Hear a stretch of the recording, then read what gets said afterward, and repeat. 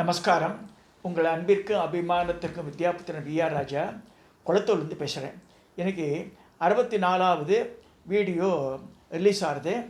இந்த வீடியோவில் முக்கியமான இது தேவதை பார்க்க போகிறோம். அதில் என்னென்னா, எனக்கு ரொம்ப பிடிச்ச தேவதையோ மாதங்கி, ராஜ மாதங்கின்னு பேர்.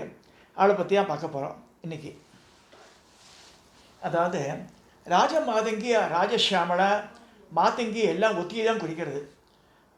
இவன் எப்படி பிறந்தால் பார்க்கும்போது ஆடி மாதம் வெள்ளிக்கிழமை தோன்றினான்னு சொல்லிட்டு புராணங்கள்லாம் சொல்கிறது. இது இமயமலையை ஒட்டி இருக்க பகுதியில் தான் உதிச்சான்னு சொல்கிற ஒரு புராணங்கள் சொன்னாலும், தமிழ்நாட்டில் திருநாங்கூர்ன்ற ஸ்தலம், வைத்தீஸ்வரன் கோவில் தாண்டி திருக்கடையூர் போகிற ரோடில் திருநாங்கூர்ன்ற வைஷ்ணவ கஷேத்திரம் உள்ளே போன மதங்காசிரமம் இருக்குது. அந்த இது உள்ளே போயிடும், ஆர்ச்சி உள்ளே போய் உள்ளே போன மதங்காசிரமம் இருக்குது. அங்கே ஈஸ்வரன் பேர் மதங்கேஸ்வரர், அம்பாள் பேர் மாதங்கி. மதங்க மகரிஷிக்கு அங்கே ஒரு சிலை இருக்குது. இந்த மதங்கர் யார் அப்படின்னு பண்ணால், அவர் பெரிய மகரிஷி. அவர் சபரிமலையில் சபரியை பூஜை பண்ணிட்டு இருக்கும்போது, அப்போ மதங்க மகரிஷி அவருக்கு மதங்க மகரிஷி என்ன செய்கிறாருன்னு அவளுக்கு சொல்கிறார். யாருக்கு? சபரிக்கு. நான் இதுக்கு போகிறேன், நான் மேல் உலகத்தை நோக்கி போயிட்டுருக்கோம். நாங்கள் நீங்கள் ராமர் வரும்போது ஸ்ரீராம தரிசனம் ஆன பிறகு நீ சேருன்னு சொல்லி சபரிக்கு சொல்லிட்டு போகிற மாதிரி ராமாயணம் சொல்கிறது மதங்க மகரிஷி பற்றி. அந்த மதங்க மகரிஷி இந்த புதிய மலையில் வசிச்சதுனாலையும், பட் அதுக்கு முன்னாடி எங்கே இருந்திருக்காருன்னா இந்த மதங்காசிரமத்தை தான் வாசம் பண்ணியிருக்காருன்னு சொல்லப்படுறது. இந்த மதங்க மகரிஷி முதல்ல குழந்தை கிடையாது. அவர் அம்பாளை ஒழிச்சு ராஜராஜேஸ்வரான லலிதா பரமேஸ்வரத்தை நல்ல தபஸ் பண்ணுறார். தபஸ் பண்ணி, அம்பாளே நீ பொண்ணா மந்திரினி அம்பாவே எனக்கு பொண்ணா பிறக்கணும்னு சொல்லும்போது, அம்பாள் சொல்கிறா கனவுல நான் பொண்ணா பிறக்க முடியாது, பூமியை நான் பார்க்கடல் மத்தியில் இருக்கேன், நான் ரத்ன தீபத்தில் இருக்கேன், நான் பிறக்க முடியாது, என்னுடைய ரூபமாக இருக்கிற ஒத்தி பிறப்பா உனக்கு பொண்ணா அப்படின்னு சொல்லிடுறேன். பிறக்கிறதுனா ஜஸ்ட் டோன்ட் இமேஜின் ஒருத்தரோட வயிற்றுலையும் பிறக்கிற மாதிரி இதில் தோன்றுறது. ஸோ உனக்கு கிடைப்பான்னு சொல்லிட்டு மறைஞ்சிடுறான் அம்பாள். அப்போ ஆடி மாதம் வெள்ளிக்கிழமை, ஒரு வெள்ளிக்கிழமை மதங்க தீர்த்தம் இருக்குது, இப்போயும் இருக்குது அந்த மதங்காசிரமத்தில்.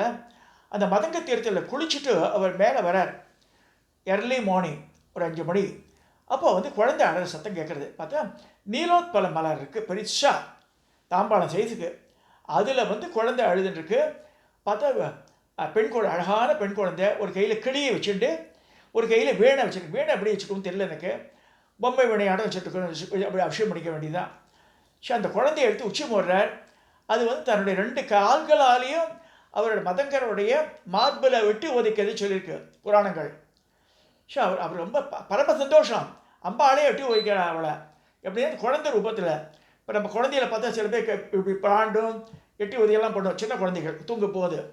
அதே மாதிரி பண்ணும்போது அவள் பிறக்கும்போதே 8 கோடி யோகினி கணங்கள் தோங்கிடுறா சொல்லியிருக்கு சாஸ்திரங்களில்.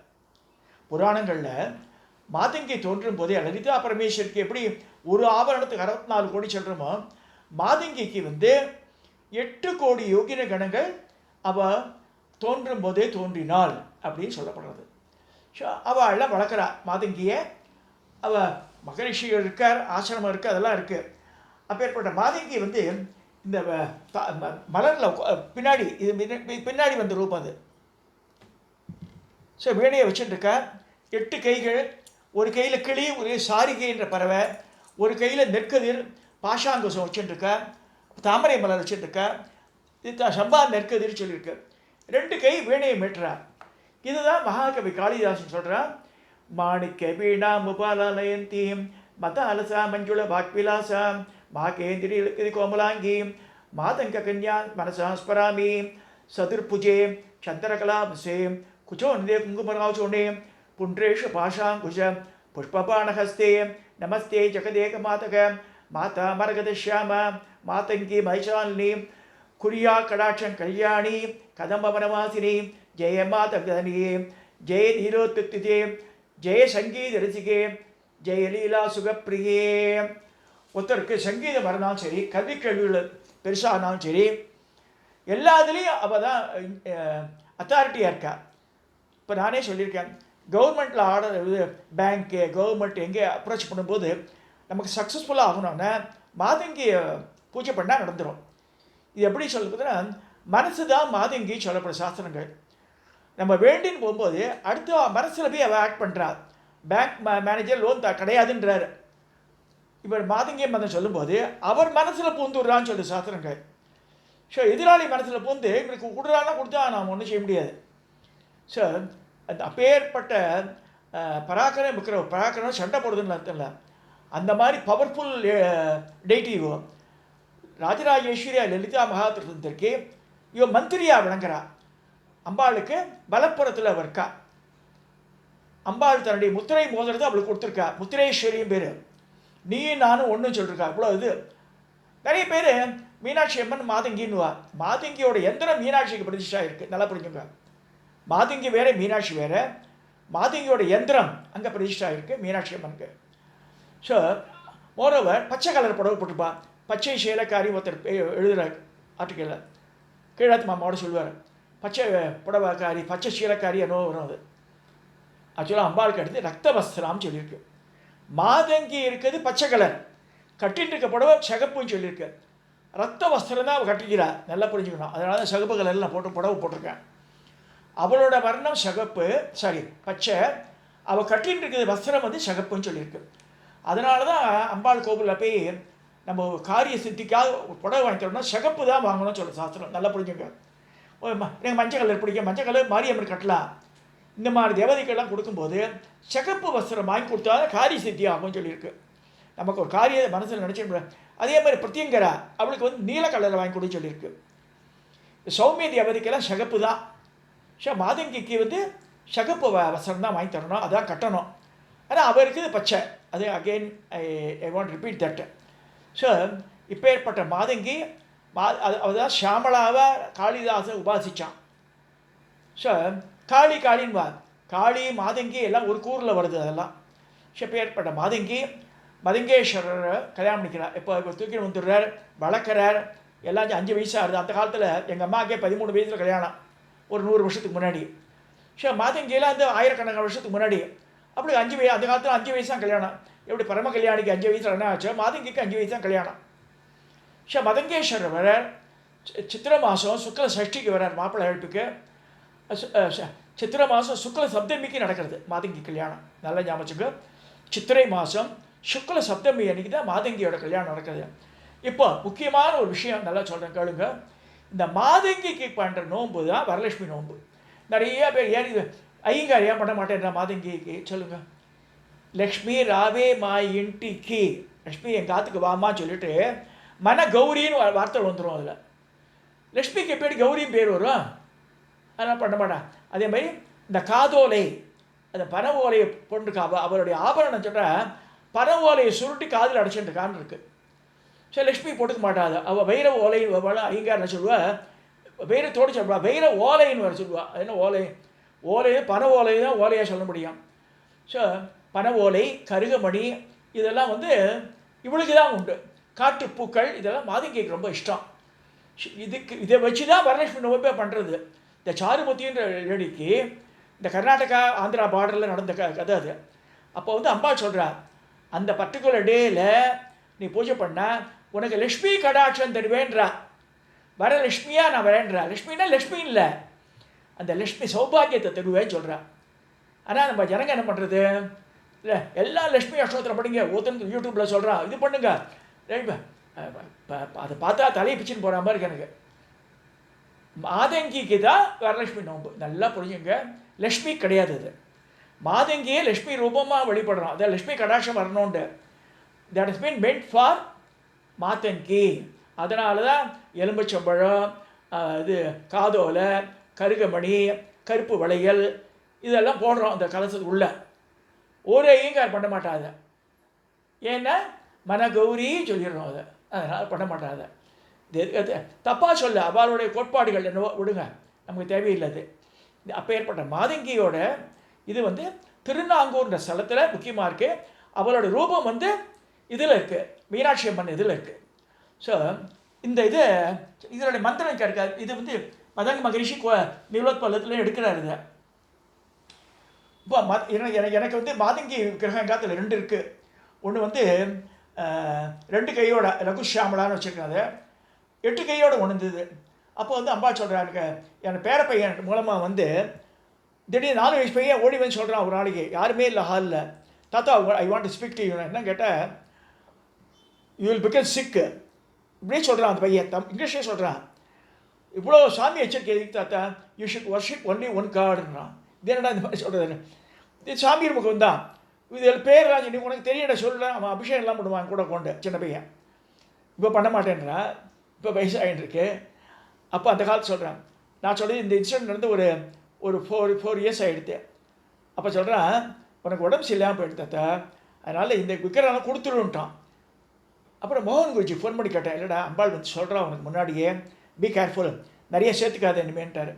டக்குன்னு அம்பாள் சொல்கிறேன், மாதங்கி 2 மாதங்கி வச்சுட்டு ஒரு மாதங்கியை கொடுத்துருவேன். அப்போ என்னுடைய சிஷ்ய பையன் செல்வம் பேர் பையன், நான் சொல்கிறேன் சாரி, சிஷ்ய கோடிகளில் ஒருத்தர், ரொம்ப வெரி சின்சியர் பர்சன், ஸ்டான்லியில் ஒர்க் பண்ணுறார், ஸ்டான்லி மெடிக்கலில் ஹாஸ்பிட்டலில். அவர் வந்திருக்கார். அவருக்கு வந்து ஏன் அதை கொடுத்தேன்னு அப்போ அம்பாலே சொல்கிறா, எனக்கு செல்வத்துக்கு கொடுத்துடு என்ன அப்படின்னா. கொஞ்சம் வாங்க செல்வா வாங்க, அவருடைய அனுபவத்தை சொல்லுவார் பாருங்க. முதல்ல என்னுடைய குரு அவர்களுக்கு நமஸ்காரத்தை தெரிவிச்சுக்கிறேன். இந்த பதிவை பார்க்குற அனைவருக்கும் என்னுடைய வணக்கத்தை தெரிவிச்சுக்கிறேன். இது முழுக்க எனக்கு ஒன்றுமே தெரியாது. இது வந்து என் குரு எனக்கு கொடுத்த பிச்சை தான் இது, அம்பாள் அனுகிரகம். இது முதல் தடவை எனக்கு நான் ஹாஸ்பிட்டலில் ஒர்க் பழைய ஹாஸ்பிட்டலில் வேலை செஞ்சிருக்கும்போது அங்கே இறங்கி நான் அங்கே பக்கத்தில் ஹாஸ்பிட்டலுக்கு போனோம். அப்போ போகிறச்ச ஒரு நாள் வந்து இந்த சாலையில் யாருமே இல்லை, பேருந்து வந்து இறங்குற உடனே எனக்கு ஒரு 6 கிளி என் தலை மேலே பறந்துட்டு. எனக்கு அப்போ என்னன்னே தெரியல, எல்லாருக்கும் அது சர்வசாதாரணம் அது. ஆனால் அது எனக்கு ஏதோ ஒரு ஈர்ப்பு உண்டாச்சு. அதை வந்து என் குரு கிட்ட நான் கன்ஃபார்ம் பண்ணிக்கிறேன். அப்போ அவர் சொல்கிறாரு, இல்லைடா மாதங்கி உனக்கு அனுகிரகம் பண்ணுறா அப்படின்னு சொல்கிறா. அதுதான் முதல் எனக்கு இன்சிடென்ட் மாதங்கி என்னுடைய வாழ்க்கையில் வந்தது. அதன் பிறகு ஒவ்வொரு படிப்படியாக அது எனக்கு, அதுக்கப்புறம் நான் வீட்டில் பூஜை பண்ணும் பொழுது நான் அந்த கற்பூர ஆரத்தி முடித்த பிறகு கற்பூரம் நீராஞ்சலம் சமர்ப்பயாமி அப்படின்னு சுற்றி விடும்போது கிளி வந்து ரூபமாகவே அந்த உட்காடுறாங்க தரையிலேயே. இத்தனைக்கும் சிமெண்ட் தரை தான், அதில் வந்து கிளி ரூபமாகவே எனக்கு காட்சி கொடுக்குறான். இப்படியெல்லாம் ஒவ்வொரு இன்சிடென்ட்டு எனக்கு வாழ்க்கையில் நடந்துகிட்டே இருக்குது. இப்போ கடைசியாக ஒரு இன்சிடென்ட் பதிவு இங்கே உங்கள் முன்னால் ஷேர் பண்ணிக்கிறேன். கொஞ்ச நாள் ஒரு 4 மாதத்துக்கு முன்னால் என்னுடைய பையனுடைய உடம்பு ரொம்ப சிக்காச்சு. அப்போது அவன் என்னென்னா, சின்ன வயசுலேருந்தே அவனுக்கு அந்த கிட்னி ரைட் கிட்னி மட்டும் வீங்கி இருக்குது. அது வந்து டாக்டர்கிட்ட அவனுக்கு அடிக்கடி ஜுரம் வரும். அப்போ வந்து அதை கண்டுபிடிச்சாங்க இந்த ஸ்கேனில். இப்போ அதை கண்டுபிடிச்சி, இல்லை இது சிடி எடுத்து பார்த்துருங்க அப்படின்னாங்க. நான் எங்கள் ஹாஸ்பிட்டலில் சிடி எடுத்து பார்க்கும்போது அவங்க சொல்கிறேன், இது கொஞ்சம் ப்ராப்ளம் இருக்குது, இது வந்து இப்போ இல்லை சின்ன வயசுலேருந்தே வந்துருக்குது, நீங்கள் அதை பார்த்துங்க. அப்போ வந்து ஹாஸ்பிட்டலில் கிளினிக்கில் நம்ம பார்த்தப்போ சர்ஜன் சொன்னார், இது ஆப்ரேட் பண்ணிடணும் அப்படின்னு. அப்போ வந்து சரின்னு சொல்லி இந்த யுகாதி அன்னைக்கு ஆப்ரேஷன் ஆச்சு அது அவனுக்கு. அப்போ நான் வந்து எனக்கு யாருமே கிடையாது கூட, என்னுடைய குடும்பம் சிறிய குடும்பம், நானும் என் பையனும் எங்கள் அம்மாவை வயசான அம்மாவை தான். அப்போ வந்து நான் அம்பாக்கிட்ட வேண்டிக்கிறேன், மாதங்கி கிட்ட, அம்மா எனக்கு யாரும் இல்லை, நீ தான் எனக்கு வந்து ஆப்ரேஷனே நீ தான் எனக்கு பண்ணணும், என் குழந்தைக்கு பண்ணி வைக்கணும் அப்படின்னு. அம்பாள் வந்து நான் முதல் தடவை அந்த டாக்டர் வந்து கன்சல்டன்ட் வர சொல்லியிருக்காரு. அன்றைக்கி நானும் என் பையனும் சைக்கிளில் கூட அழைச்சிட்டு போகிறேன். அப்போ என் முன்னால் வந்து ஒரு 16 வயசு பொண்ணு, 15 வயசு இருக்கும் அந்த பொண்ணுக்கு, பச்சை புடவை கட்டின்னு இருக்கா, சவுப்பு ப்ளவுஸ் போட்டுருக்கா, கழுத்தில் ஒரு மாலை, ஒரு வெள்ளை மாலை போட்டுருக்கா. அந்த பொண்ணு கூட ஒரு சின்ன பையன், அவள் தோலை அளவுக்கு ஒரு பையன் வந்து கையை பிடிச்சிட்டு போகிறா. அப்போ எனக்கு அப்போ அம்பாள் சொல்கிறா, நான் உன் பையனை விட மாட்டேன்டா, நான் உன் கையில் பிடிச்சிட்டு இருக்கேன், நான் உன் பையனை நான் எப்படா விட்டுருவேன் நான் அப்படின்றா. எனக்கு அது கண்ணில் தண்ணி வந்துருச்சு, அப்படி அழுதுட்டாங்க. அதுக்கப்புறமா தான் அந்த ஆப்ரேஷன் நடந்தது. யுகாதி அன்னைக்கு ஆப்ரேஷன் நடந்தது அவனுக்கு. அன்னைக்கு 10 மணிக்கு ஒரு 10:15 உள்ளே போகிறான். என் நண்பர் வந்தார் எனக்கு, அந்த அருள்னு சொல்லிட்டு என் நண்பர், அவரை நான் இங்கே நினைவு கூடுறேன். அவர் தான் எனக்கு கூட இருந்து ஹெல்ப் பண்ணார். இத்தனைக்கும் அவர் வந்து ஒரு கிறிஸ்துவ நண்பர். ஏன் அதை சொல்கிறேன்னா, சுவாமிக்கு ஜாதி மேதம் எதுவுமே கிடையாது. அதனால அதை நான் இங்கே மென்ஷன் பண்ணுறேன். தினம் கிளி வந்துச்சு. கிளி வந்து என் தலை மேலே வந்து தினம் வந்து பறந்து போகுது. அது வந்து அம்பாள் எனக்கு கொடுத்த அனுகிரகம். அது அம்பாள் நல்லபடியாக நடத்தி கொடுத்த அந்த ஆப்ரேஷனை. அது எதுக்கு அந்த பாயிண்ட் கோட் பண்ணுறேன்னா, நான் அம்பாள் கிட்ட வேண்டினது, அம்மா நீதாம்மா எனக்கு அந்த ஆப்ரேஷனை பண்ணி நீ தான் எனக்கு பண்ணி கொடுக்கணும்னா, அதுக்கப்புறம் அந்த சர்ஜன் வந்து சொல்கிறார் வெளியே வந்து, ஆப்ரேஷன் நல்லபடியாக பண்ணிட்டேன், சரியாக பண்ணிட்டேன்றாரு. அந்த வாக்கு எப்படி அம்பாள் மூலிமா வருது எனக்கு. நான் சரியாக பண்ணிட்டேன் ஆப்ரேஷன் சொல்கிறார். நான் கேட்டதுக்கும் அம்பாள் எனக்கு ரிப்ளை கொடுக்குறேன். அது எல்லாமே என் குரு எனக்கு போட்ட பிச்சை. அது அம்பாளுடைய அனுகிரகம். இது வேற ஒன்றையும் எனக்கு, அது அம்பாளுடைய அனுகிரகம் முழுக்க இது அது கடவுளை நம்பி அது நம்ம பண்ணோம்னா கடவுள் அது நம்ம கூடயே இருக்கும். இது அதுக்கு ஒரு சாட்சி. ரொம்ப நன்றிப்பா. அதாவது இப்போ செல்வம் சொன்னது நிறைய விஷயங்களை நிறைய வந்து ஒவ்வொரு நாளும் அவர் தலையில் கிளி வந்து ஆசீர்வாதம் பண்ணிட்டு போகும். அது மெயினாக அது சொன்னேன். அவர் சொன்னது புரிஞ்சதோ இல்லையோ தெரியல எனக்கு. தினமுமே அவர் இந்த கிட்ட வந்து கிளி வந்து 2-3 கிளி வந்து அவர் ஆற்றுல ஆஃபீஸ் கிளம்பும் போதே கிளி ஆசீர்வாதம் கிடைச்சோம் அவருக்கு. மாதங்கி வந்து கிளி ரூபமாக இருக்கான்னு சொல்லியிருக்கு. ஸோ பச்சை கிளி ரூபமாக அவருக்கு நித்தியப்படியே தரிசனம் கொடுத்துருவோம். ஸோ இது வந்து கலிகாலத்தில் இது மாதிரி நடக்கிறது. இதில் வந்து திரும்பி சொல்கிறேன், இதில் நம்ம உயர்வு நம்ம தாழ்வெல்லாம் கிடையாது. அந்த ஆன்மாவை தான் கணக்கு, பிராமணா சூத்திரா கிடையாது. இதில் செல்வத்துக்கு அப்படியே மாதங்கி கடாட்சம் பரிபூர்ணமாக அன்னிலேருந்து இருக்குது. அவர் குழந்தையும் நல்லபடியாக இருக்கணும்னு வேண்டிக்கிறேன். இதோடு இந்த பதிவை நான் நிறைவு செய்கிறேன்.